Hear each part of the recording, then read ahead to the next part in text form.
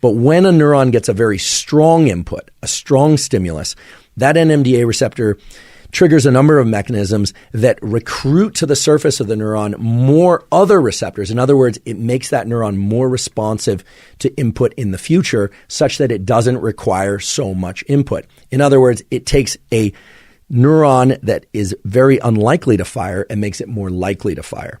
So this procedural stepping through of the steps of the recipe, or the series of action steps that are involved in sitting down to study and writing for an hour, or generating exercise, whatever it is, the habit that you're trying to learn, when you're doing that exercise, it's not as if your nervous system thinks you're actually performing the behavior. Your nervous system isn't stupid. It's actually a lot smarter than that. It knows the difference between a thought and an action.